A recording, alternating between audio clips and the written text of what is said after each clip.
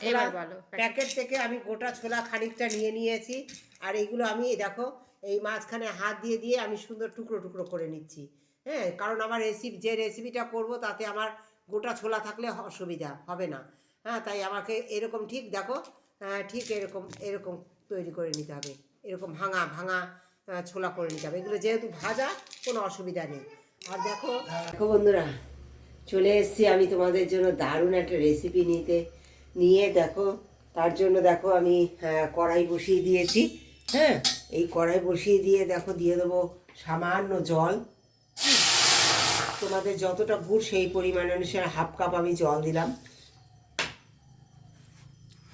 Half cup জল দিয়ে এটা জাল দিয়ে নেবো। গুড়টা আমি পরিমাণ মতো তোমাদের যতটা ছোলা থাকবে ততটা পরিমাণে দেবে। তোমরা দেখেছো আমি ছোলা কালকে টুকরো টুকরো করে নিয়েছি, গোটা ছোলা নিজে হাত দিয়ে।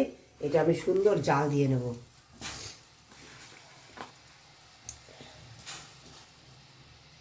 বন্ধুরা, এই গুড়টা জাল হচ্ছে, এর মধ্যে দিয়ে দেবো খানিকটা এলাচ গুঁড়ো করে নিয়েছি, এলাচ গুঁড়োটা দিয়ে দেবো।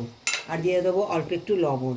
হ্যাঁ, একদম 1 চিমটি লবণ দিতে হবে, দিয়ে সুন্দর করে এটা জাল দেবো আমি।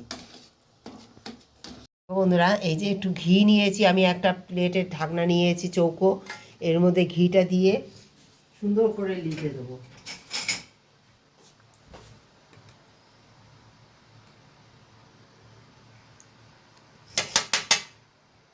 খুব বেশি লাগবে না, চারিদিকে একটু সুন্দর করে লাগিয়ে দিতে হবে ঘিটা। এটা লাগিয়ে রেখে দেবো আমি। এদিকে এটা জাল হচ্ছে। দেখো গুড়টা সুন্দর জাল দেওয়া হয়ে গেছে। এবারে এটা পাত্রে জল নিয়েছি। হ্যাঁ, এই জল নিয়ে দেখতে হবে, জলের মধ্যে দিয়ে দিলাম, দিয়ে দেখতে হবে যে এটা দলা হচ্ছে কি না। হ্যাঁ, সুন্দর দেখো দলা হয়ে যাচ্ছে। এই দেখো সুন্দর দলা হয়ে গেল। হ্যাঁ, এইবার কি করতে হবে, এই গুড়ের মধ্যে এই যে আমি ছোলাগুলো ভেঙে রেখেছিলাম, ভাজা ছোলা, এইটা দিয়ে দেবো, সুন্দর করে মিশিয়ে নেব।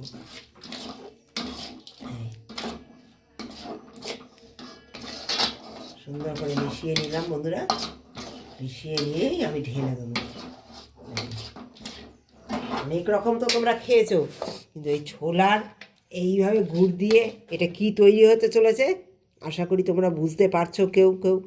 দেখো আমি সুন্দর এই পাত্রে ঘি লাগিয়ে রেখেছিলাম, সেই পাত্রে সুন্দর সাইজ করে আমি সুন্দর ঢেলে দেবো। দেখো এটা জমাট বাঁধা পর্যন্ত আমি ওয়েট করব। সুন্দর 2 মিনিটে জমাট বেঁধে দেবে। তোমরা তো দেখলে, তোমাদের দেখালাম। যখন গুড়টা জাল দেবে এমনভাবে, যখন দেখবে 2 মিনিটেই ওটা 2-5 মিনিট লাগবে গুড়টা জাল দিতে।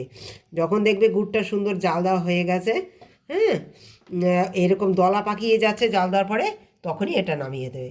নামিয়ে অফ করে দেবে, গ্যাসটা অফ করে দিয়েই এরকম ছোলাগুলো সব দিয়ে তোমরা গ্যাসটা নামিয়ে সুন্দর এরকম ছাঁচের মধ্যে বসিয়ে দেবে। তোমরা যেমন যে আকার করতে চাও সেইভাবে করতে পারো। বন্ধুরা, কত সুন্দর জমে গেছে আমার এই ছোলার খাজা। হ্যাঁ, আর দেখো আমি সুন্দর কাট লাগিয়ে নিয়েছি, একদম জমে গেছে।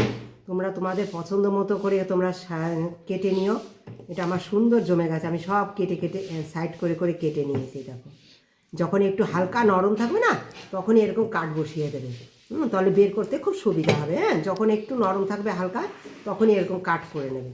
দেখো কত সুন্দর জমে গেছে, দেখো কত সুন্দর হয়েছে। দেখো এই দেখো, একবার এইভাবে ছোলার খাজা, বাদামের খাজা তো অনেক খেয়েছো তোমরা।